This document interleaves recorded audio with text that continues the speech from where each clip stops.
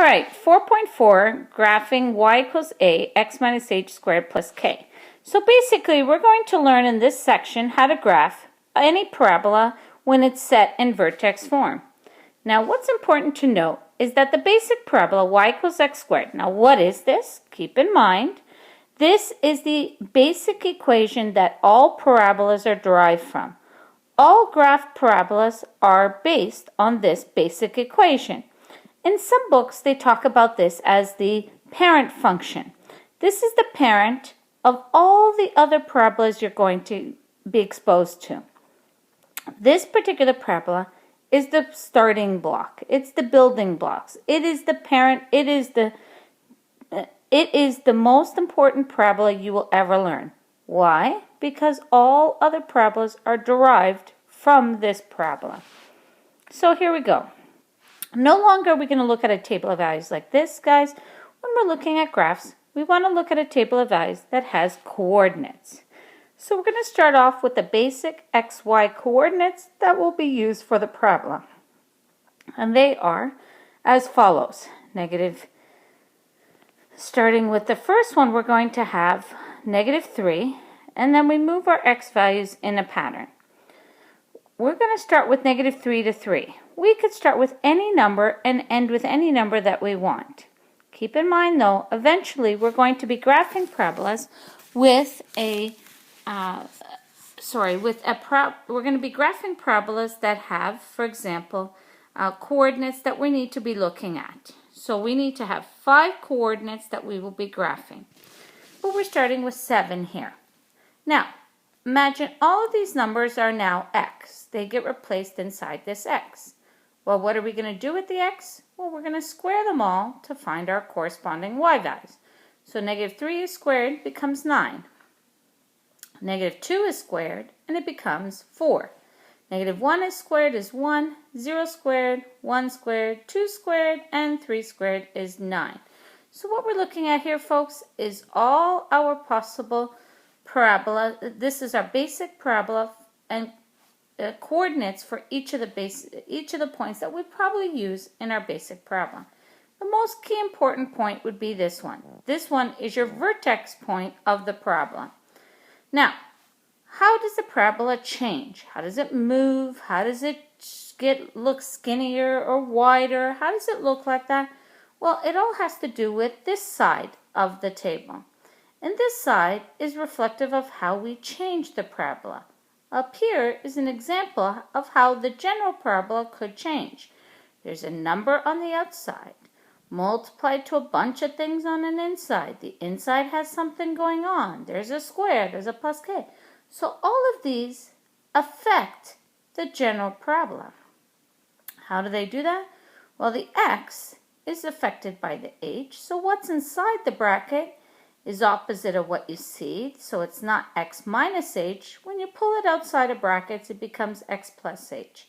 Think of the x minus h as a cloud, folks, as a cloud that's hidden here, and inside what the cloud is not exactly what you see when you pull it out of the cloud, so it becomes x plus h.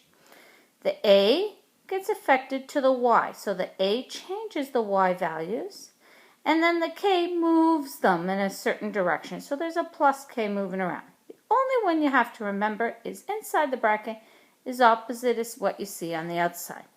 So what we're going to do is look at different examples that apply this problem.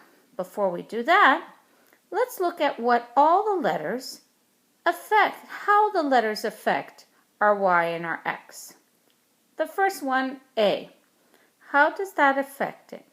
Why does anything on the outside has to do with the y values? Why? How does it affect it? What does it do to our graph? What we're going to do here, folks, is we're going to look at the A and what it does. And we look at it in terms of the transformations.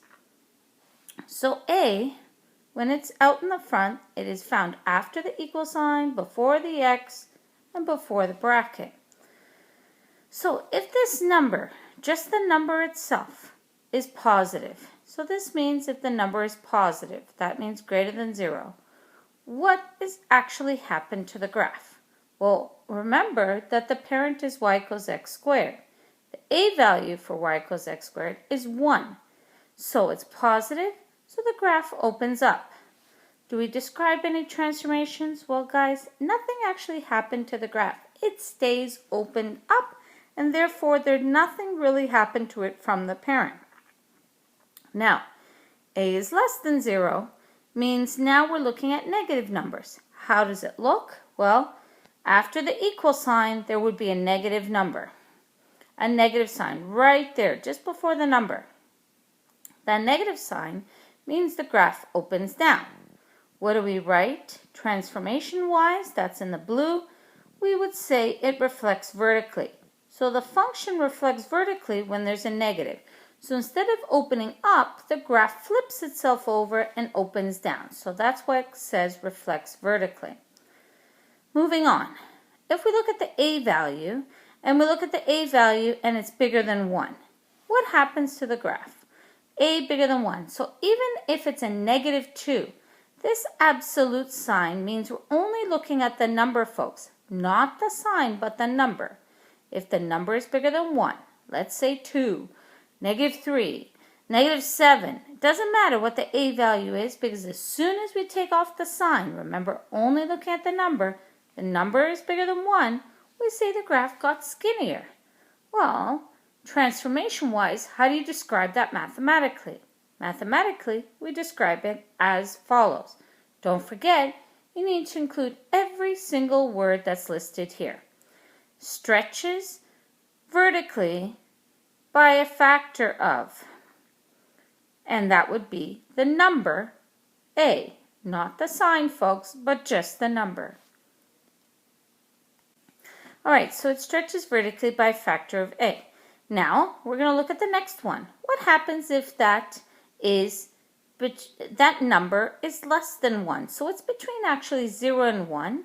It is a number, don't forget, not the sign, and it's smaller than 1. So a half, a third, a quarter, all of those numbers are smaller than 1. What happens to the graph? Well, the graph looks like it's actually getting wider.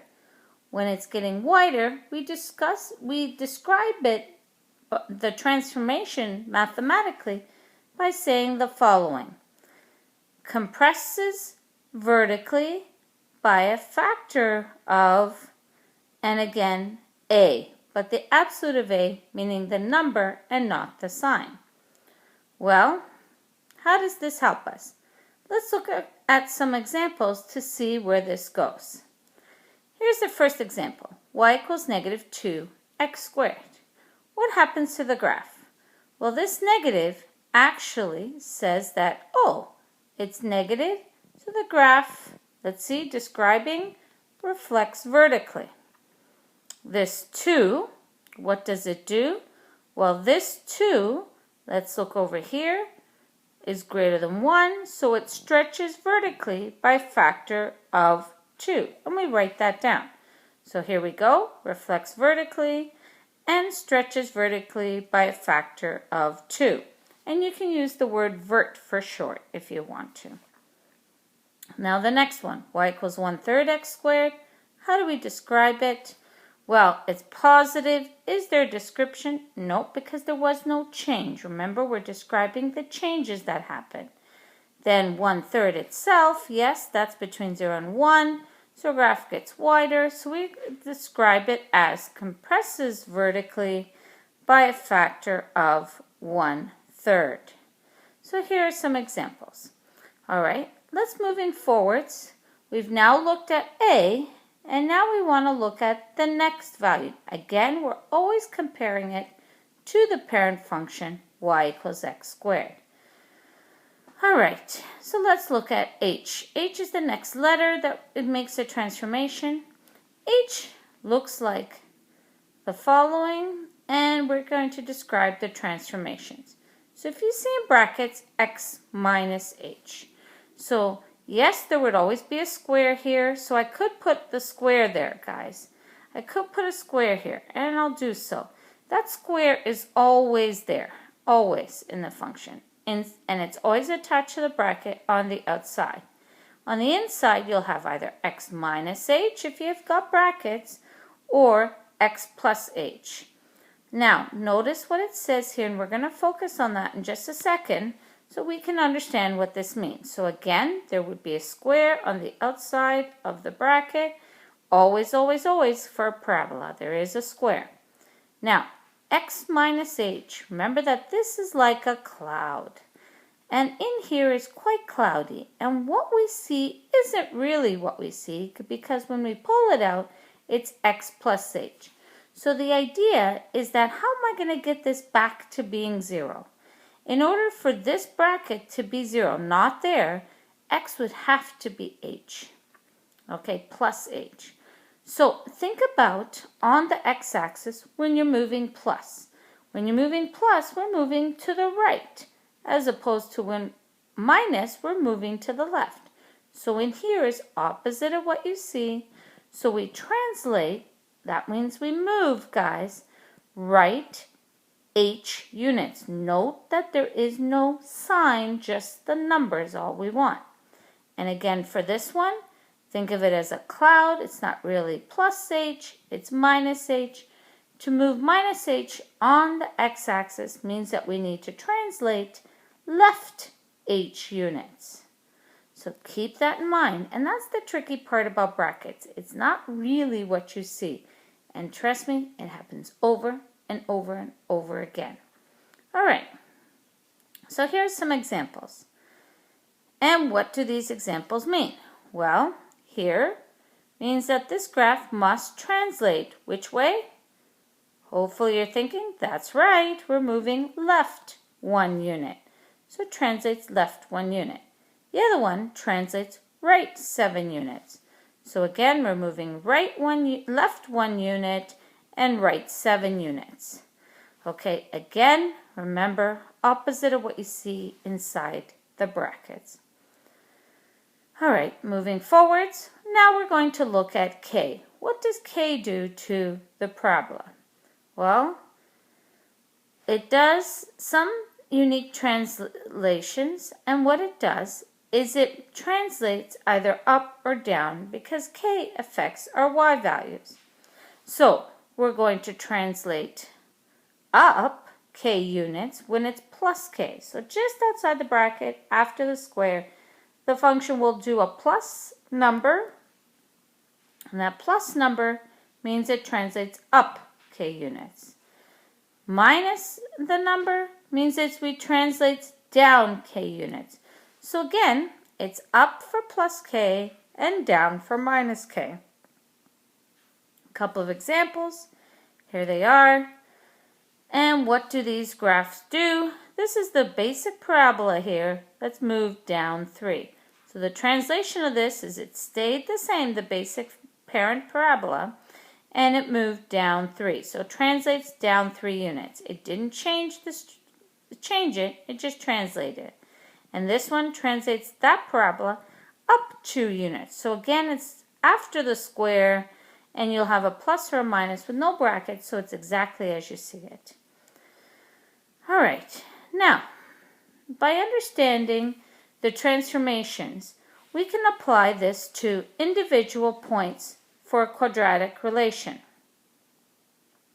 such that for y equals ax minus h squared plus k, which is known as the vertex form of a quadratic, each point from the parent function, xy, can be mapped onto the new function x plus h, comma, ay plus k. That's known as mapping notation. We're going to use mapping notation to be able to graph the transformations. So, first thing we're going to do is we're going to fill in the table for certain parabolas given in the function. So here's the equation. We're going to identify the vertex, the axis of symmetry, the direction of opening, and finally we're going to write out the mapping notation. So the equation, y equals x plus 2 all squared minus 4, what happened to the parabola? First of all, we need to identify the vertex. The vertex is, folks, always hk. H is opposite of what you see inside here, which is negative 2 and negative 4. Sorry.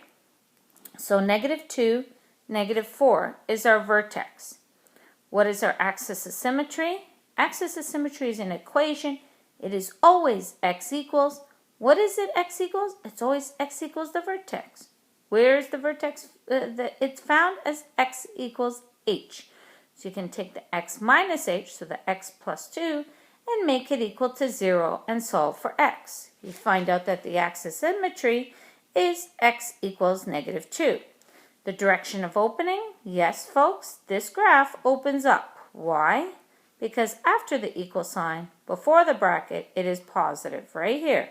If it's positive right here, here you'll see here, if there's a positive sign here, which there is, then you know the graph opens up.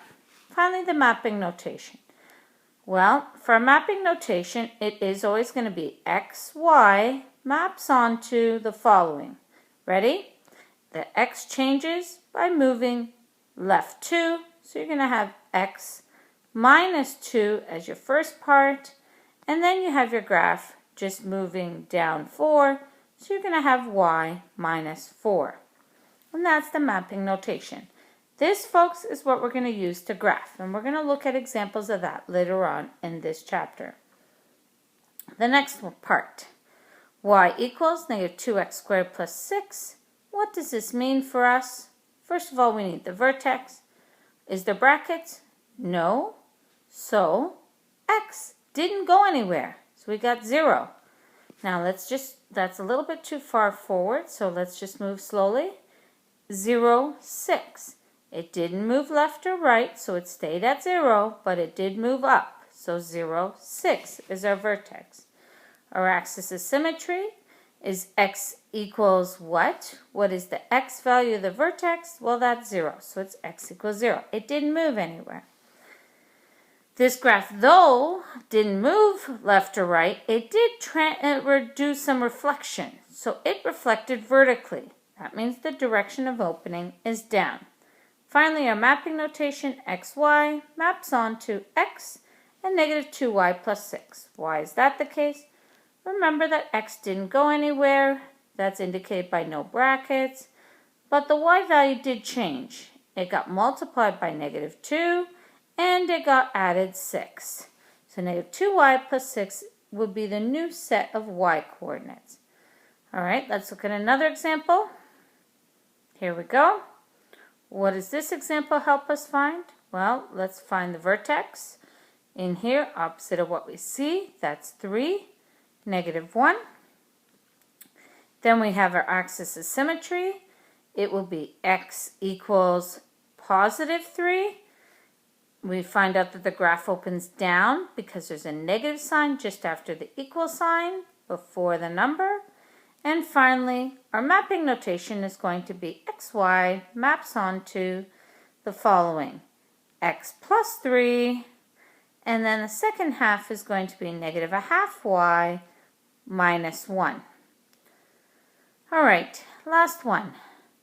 Y equals 3, x plus 5 all squared. What does this graph do? Well, the vertex means here we have an x, but we have no y. So our x is going to be -5, the y is going to be 0. -5, 0.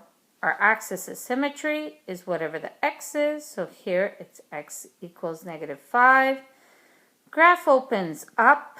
That is found by here being a positive. And finally, our mapping notation is going to be xy maps onto x minus 5, 3y. And this did not move up or down, so we leave it as 3y.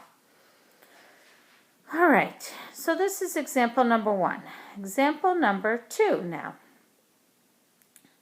You're asked to write an equation and sketch the new graph that results from applying these transformations to y equals x squared. So basically, we're trying to write an equation and sketch a new graph. Here is the explanation. Translate 3 units to the left, stretch vertically by a factor of 2, and the graph translates up 1 unit, and that would be it. We need the equation of this function. Well, the equation is going to be Well, we need to identify pieces. It has stretched vertically by a factor of 2. That's that. It's not -2 because we don't see the words reflect vertically. That would be implying negative. And we know that there's a movement of 3 units to the left. That means h is equal to -3 because to move to the left is negative. Think about it over here. If I was to do it on the graph over here, just a note here, and I will start in the middle and I want to move left. 1, 2, 3. That means our h value has to be -3. Now, if the graph moves up, means that we're starting at the 0 and we're moving up. So that's going to be our k value of 1. And this here is our equation. Y equals 2x plus 3 squared plus 1. And now we're going to see the table at work. So we have our xy, which is our basic coordinates, our parent function. And we start off with the vertex at 0, 0. And we're looking at 5 points, 2 on either side of the vertex. So -1, 1 is fine, and -2, 4 is fine as well. And 2, 4 as well. So we're looking at all these numbers, -2, 4, -1, 1, 0, 0, 1, 1, 2, 4. You have to be able to you have to be able to identify these numbers pretty quickly. So you either memorize them or memorize the parent function and how they apply. Now, what goes on this side? Well, it goes the mapping notation. What happened to x? Well, it moved, x moved, left 3, so -3. All the x values are going to be subtracted by 3 in order to move left 3. Then the y values, what happened to them? Well, they will get multiplied by 2, so 2y plus 1. And how do we get these values? Well, folks, what we're actually doing is plugging in. -2 minus 3 gives us -5. 2 times 4 plus 1 gives us 9. -1 minus 3 gives us -4. And 2 times 1 plus 1 gives you 3. 0 minus 3 is -3. And 2 times 0 plus 1 is 1. 1 minus 3 is -2. 2 times 1 plus 1 is 3, and so on. So you should see a pattern in the x's. And there is always a pattern in the x's. The y have their own unique pattern, all dependent of where your vertex is. So your vertex number will not repeat itself, but each number on each side, either side, will actually repeat themselves. All right. Example number 3. Now, let's go back to that question. Sorry, guys. I just want to focus over here. We did graph these points right here. So here they are. We make a smooth, rounded curve and opening in upwards direction, so we draw arrows on the end. If we had to do this on a separate graph, I would expect you to have taken this equation. So we're going to just snatch this equation. We're going to actually move it to the graph. But my expectation is you would name the graph. Just like each and every single one of you are unique to me and have a name, so does the graph. And we'll move it over just like you see here. We'll shrink them a little bit, and guess what? Our graph has a name. There we go. And that's our new name, or our old name if you want, for our graph. And there he is. So that is the equation of the graph. Let's move forwards on to example number 3. Example number 3 asks you to part A, describe the properties and transformations of the parabola y equals -1/2 x plus 4 squared plus 3. You're asked to sketch a graph and label it fully, and finally you're asked to describe the x values and y values and what happens to them. So we're going to go through each one of these step by step. First part, you're asked to describe the properties and transformations. If I asked you to describe the properties, I would tell me where the axis of symmetry is. Tell me where the zeros are. Show me where they are. Show me the y-intercept. What is the y-intercept? I will ask for those values specifically.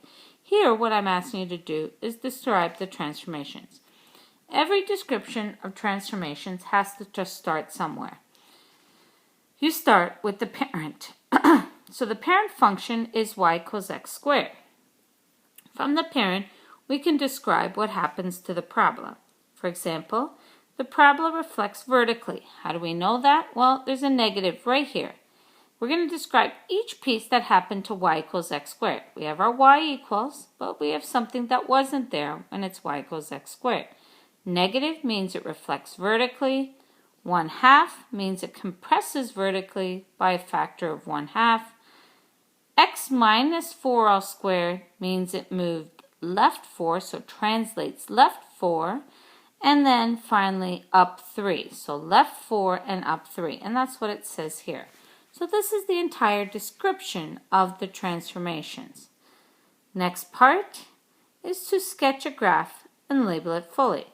So stop the video now, folks, because I'm going to erase what's in front of you. Okay, we're back. And now I'm going to erase, and we're going to go to sketching the graph and label it fully. So we sketch the graph by, first of all, identifying the transformations during our mapping notation. XY is how we start in the y equals x squared graph, and this is how we change. We change in the x's. Anything inside the cloud is opposite of what you see, so it's x minus 4. And then -1/2 is outside, -1/2 of y plus 3 is on the outside, and that directly affects our y values. So we take our coordinates, and from those coordinates, we find the matching. So some of you are probably going, how did you get those values so fast? Well, look at these here. You can see that the x's go in a pattern from -2 to 2, and our y values follow a respective pattern. Don't forget that the function is y equals x squared is our parent function. From that, we can look at what happens here. For example, the graph says it moves right 4, left 4. X plus 4 is left 4.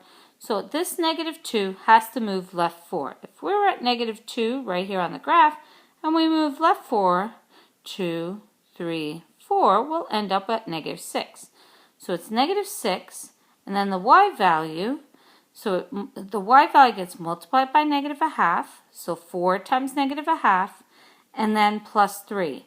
4 times -1/2 is -2, plus 3 is +1. And that, folks, is our first coordinate. Finding the next coordinate, we plug it in. Lo and behold, -1 minus 4 gives us -5, and our y value is going to be 5/2. Why is that the case? Okay, just a second. And just give me a second here. Let's erase that for a second. Here we go. So why is this the case? Let's talk about the first one. -1 minus 4 is -5. Now this part, -1/2 times 1 is -1/2. Plus 3 is 2.5. Or, written improperly, would be 5/2. You could also write it in decimal form because our answer, lucky for us, terminates. It has an ending point, and that is a good decimal to use. Unlike, for example, 1/3, which could have a nasty decimal. All right, let's move forward. 0, 0. Our coordinates will be -4, 3. And then -3, 5/2, -2, 1. So our x's follow a pattern. And folks, once we know what the vertex is, as long as we have these two values correct, it is the same two values on this side. And that is always true. We need to graph it. So we graph our best coordinates that we did here. Do the best you can. It's very important that you do the best you can and you have a smooth, rounded curve that goes through all those points. Don't forget, no pointing. Finally, the last part says, describe the x values and y values. So what's happening on the graph? As we look at this graph and it gets wider and wider and wider, does it ever stop? Well, folks, it doesn't. That's why x belongs to real. Now the y, x belongs to real means it could be any real number. Any number I graph on the graph, I can find the y value. That's what this statement means. Y also belongs to real, so it's any number along the y value with a rule, an exception. That exception is the graph reaches a top mark that it will definitely not go higher than that top mark. And the same could be said for a minimum. But here we're looking for a maximum. So the y values have a reaching point, a ceiling to reach. So all our y values have to be less than or equal to 3. That means from 3 down, we have values that will count. All right. Moving forwards, that was part C. We're going to go to example number 4. Example number 4, you're asked to determine equation for the parabola shown. So this time, I'm giving you a parabola. Okay, and this is all the work that goes to it, and you're probably going, whoa, that was a lot of work. And it was. So we're going to move a little more forwards. Here we go.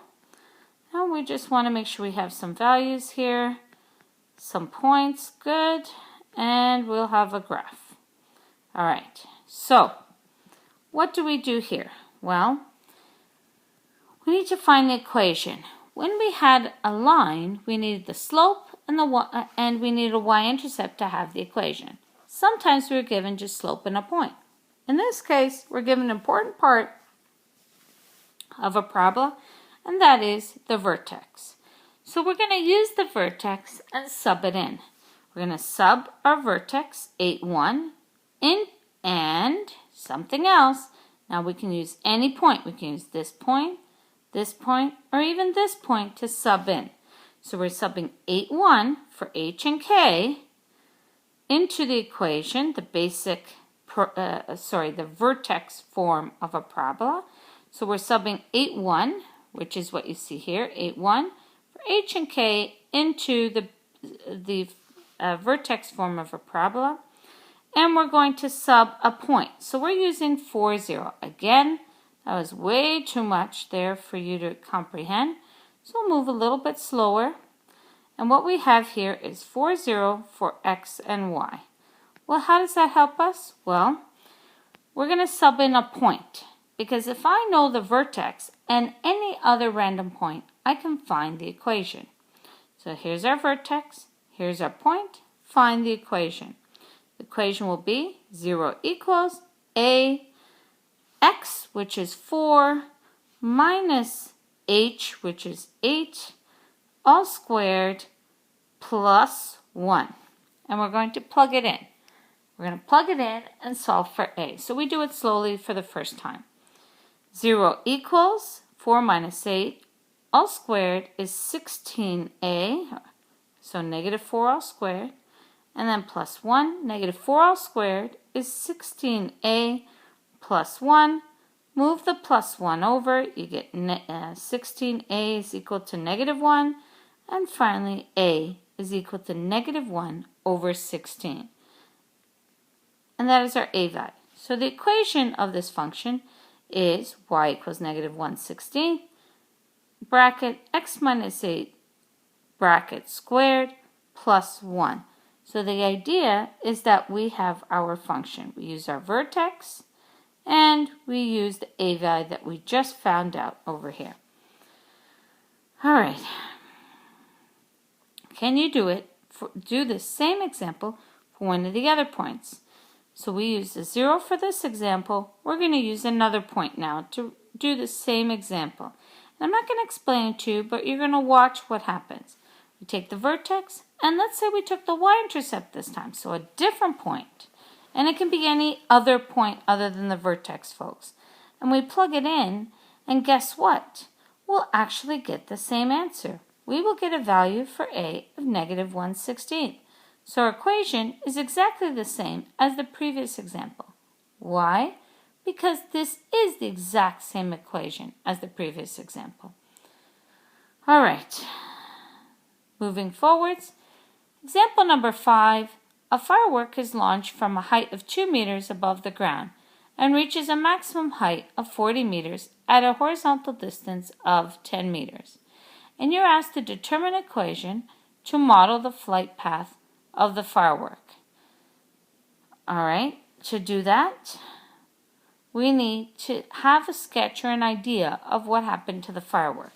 So, we have a height of the firework, and we have the distance horizontally that the actual object traveled, so the firework. So, what is our coordinates? So I just quickly did a quick sketch It starts at a height of 2.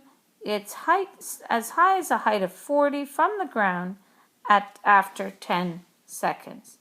So what do we have here? We have a vertex at 1040, and we have a point and its reflected point on the other side. And we could figure out what that value is. Goal is to find an equation that matches this flight path. Well, we need the axis of symmetry, so we're going to sub in the vertex coordinates 1040, including the axis of symmetry, which is embedded in there. And we're going to sub in 0, 2 for x, y into the equation y equals a x minus h all squared plus k.